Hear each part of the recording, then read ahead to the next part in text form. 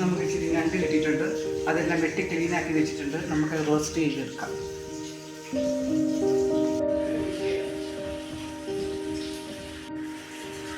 ചെടി ഒഴിക്കാം, കടുകിടാം, സവോള ഇടാം, ഇഞ്ചി വെളുത്തുള്ളി, കറിവേപ്പില, പച്ചമുളക്, ഇച്ചിരി മഞ്ഞൾപ്പൊടി ഇടാവേ, ഇച്ചിരി തക്കാളി ഇടാവേ,